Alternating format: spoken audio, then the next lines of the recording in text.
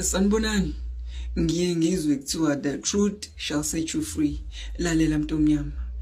Free State had a problem and u255 million ubuzolungisa leyo nkinga. Kodwa uBra Ace Magashule ubenawo amaplan.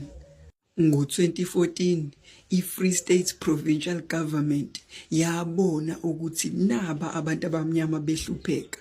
Abantu abamnyama banama-roof e-asbestos, kanti i-asbestos ibuyilike, i-asbestos ayikho right for i-health yezingane. And so ugovernment wareleasa i-contract ya255 million. Le contract yanikwa u-Ace Magashule ngoba uyena owayipremier yase-Free State. Kwathiwa sitholele umuntu ososenzela le contract, umuntu ozosenzela le project. Le project ithi siyahamba siya kwimizi yabantu abahluphekayo abahlala ema-township, sibashintshela ama-roof abo, sisusa u-asbestos.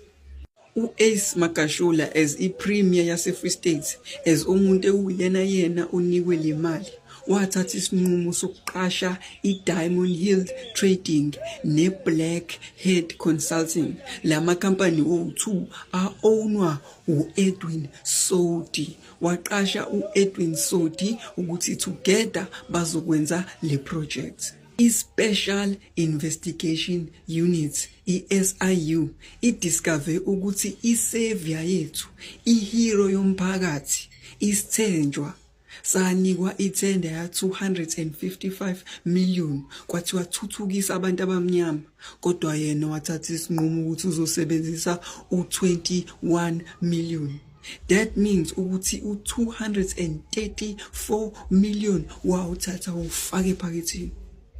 It has also been revealed ukuthi usebenzise u1.2 million ukuthi akhokhele abanye abantu khona bangeke baloke bebuza imibuzo ukuthi yindaba lama projects lawa engenziwanga aphelela.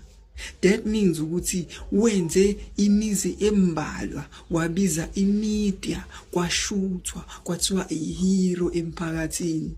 Ngenhlanhla ke sigcine sibanjiwe esikhulu, i-savior yomphakathi. And icala elivuliwe lithi 21 counts of corruption, 3 counts of money laundering. Babheke baze bathola ngisho nalabantu abathole imali yesokisi, i-bribe, and about 18 people are standing